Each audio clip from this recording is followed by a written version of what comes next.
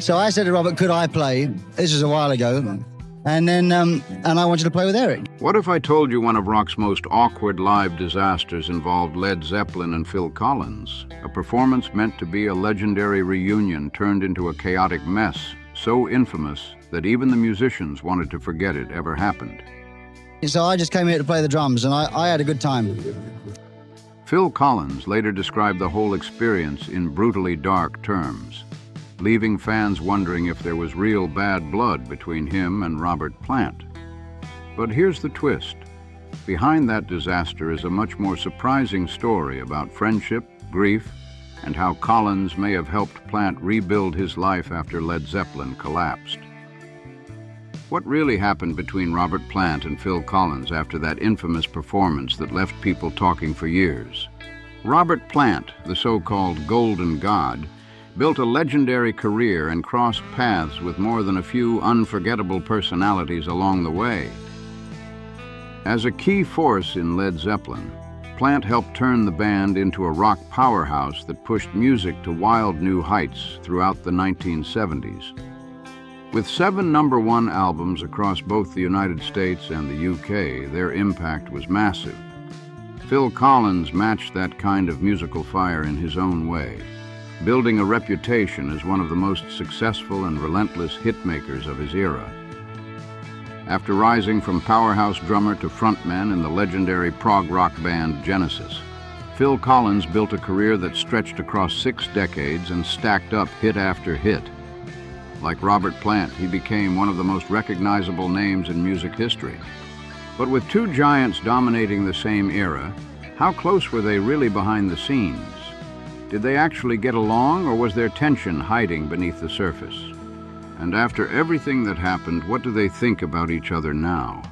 Rock fans with long memories may remember the moment Robert Plant and Phil Collins ended up on the same stage during Led Zeppelin's highly talked about reunion at Live Aid in July 1985, broadcast live from Philadelphia's JFK Stadium. Even years later, people still debate Live Aid and how much it truly accomplished, but Led Zeppelin's return to the stage created a level of hype that felt absolutely massive. The 3 of us know what we're doing, and everybody who helped us did their very, very best. Fans treated it like a historic comeback no one thought they would ever see. Phil Collins, who pulled off the wild feat of performing twice that same day by flying across the Atlantic to join Led Zeppelin, later admitted he regretted saying yes to that appearance. What was supposed to be an unforgettable music moment turned into something far messier. I just wanted to come here and not just sing my old boring songs. The performance, widely criticized by the musicians themselves, became known as a painfully rough showing in front of a global audience. That chaotic set helped spark serious tension between Collins and guitarist Jimmy Page. The 20-minute performance struggled from the very beginning with technical monitor problems, guitars drifting out of tune, barely any rehearsal time, and Robert Plant battling a strained voice that made an already shaky situation even harder to control. You mean struggling with a monitor mix? I think it was great. The band was so unhappy with how the performance turned out that they refused to let it appear on a later Live Aid DVD release. That says a lot about how badly they felt the set went. During an uncomfortable backstage MTV interview right after the show, Robert Plant gave a careful diplomatic response instead of adding to the growing criticism. Years later, Phil Collins spoke to the Daily Telegraph and described the experience with Led Zeppelin as nasty alchemy, a sharp twist on Jimmy Page's old idea that the band's chemistry was some kind of unusual magic. Collins made it clear he saw a big difference in Robert Plant depending on the setting. As Collins put it, here's how it is. Robert on his own, a lovely bloke. Robert in anything to do with Zeppelin, a strange chemistry happens. That single comment sent fans into overdrive because it seemed to confirm something people had quietly wondered about for years. Was there something about the Led Zeppelin dynamic that completely changed the atmosphere around Robert Plant? For longtime followers, it felt like a rare peek behind the curtain into a world that had always seemed larger than life. Collins did not stop there either. He pushed the description even further, saying, "It's like a nasty strain of alchemy. Everything becomes very dark, sulfurous even." Those are seriously intense words, especially when talking about one of rock's most iconic bands. It instantly gave the story a darker edge, making people imagine tension, pressure, and all the strange energy that can build when huge personalities are packed into one legendary group. Still, to keep things fair, this never became some bitter lifelong feud between Collins and Plant. In that same interview, Collins made it clear there was no permanent bad blood between them, and that despite the rough memories tied to Live Aid, their friendship stayed intact. That is what makes this whole story so unexpected.